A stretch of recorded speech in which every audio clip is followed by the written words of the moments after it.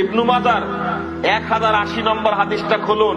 হাদিস শুনেছেন ফাকাত কাফারা, যে ব্যক্তি সালাত ত্যাগ করলো সে ব্যক্তি কুফরি করলো। কিন্তু এই হাদিসে বলছে মান তারাকাস সালাহ ফাকাদ আশরাকা, যে ব্যক্তি সালাত ত্যাগ করলো এই ব্যক্তি শিরিক করলো। তাহলে এর জন্য সুপারিশ আছে? ভালো করে শুনে রাখুন, সালাত ত্যাগ করেছে যে সে শিরিক করেছে। শিরিক করেছে কিসের সাথে? প্রবৃত্তির সাথে। সে শয়তানের সাথে শিরিক করেছে। আল্লাহর ইবাদত না করে প্রবৃত্তির পূজা করেছে, শয়তানের পূজা করেছে, যার কারণে শিরিক করেছে। দলিল সূরা মারইয়াম 59 নম্বর আয়াত খুলুন। আল্লাহ বলছেন ফাখলাফা মিন বাদিহিম খালফুন আদাউস সালাত ওয়াত্তাবাউ শাহওয়াত ফাসাউফা ইয়ালকাউনা গায়্যা।